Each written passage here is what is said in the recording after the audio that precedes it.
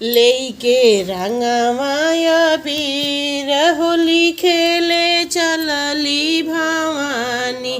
लेके रंगवाया बीर होली खेले चलली भवानी। पहिला होली खेले मैहर के धमवा, मैहर के धमवा हो मैहर के धमवा।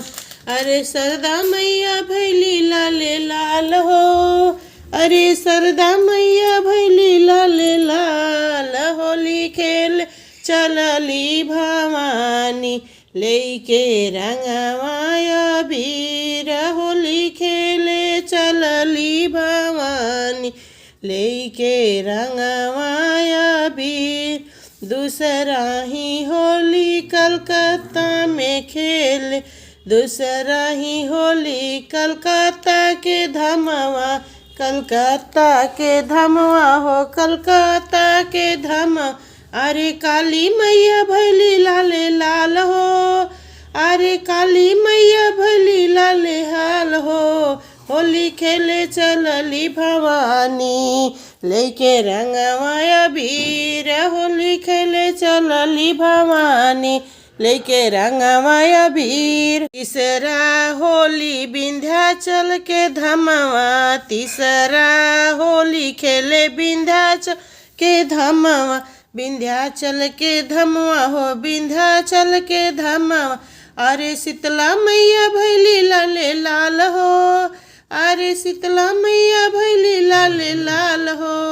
होली खेले चलली भवानी, लेके रंगवाया बीर होली खेले चलली भवानी। लेके रंगवाया बीर होली खेले चलली भवानी। लेके रंगवाया बीर चौथा ही होली खेले कटरा के धमवा, चौथा होली खेले कटरा के धमवा, कटरा के धमवा हो कटरा के धमवा। अरे वैष्णो माता भैली लाले लाल हो, अरे वैष्णो माता भैली लाले लाल हो। होली खेले चलली भवानी, लेके रंगवाया बीर होली खेले चलली भवानी।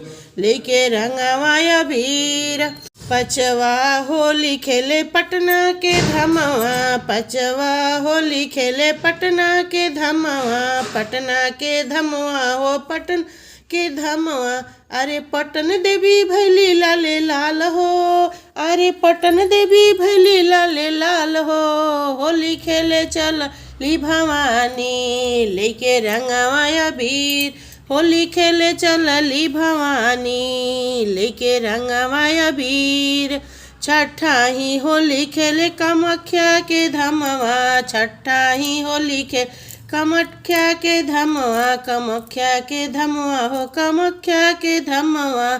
अरे सातों बहनी भैली लाले लाल हो, अरे सातों बहनी भैली लाले लाल हो। होली खेले चलली भवानी, लेके रंगवाया बीर होली खेले चलली भवानी। लेके रंगवाया बीर होली खेले चलली भवानी। लेके रंगवाया बीर।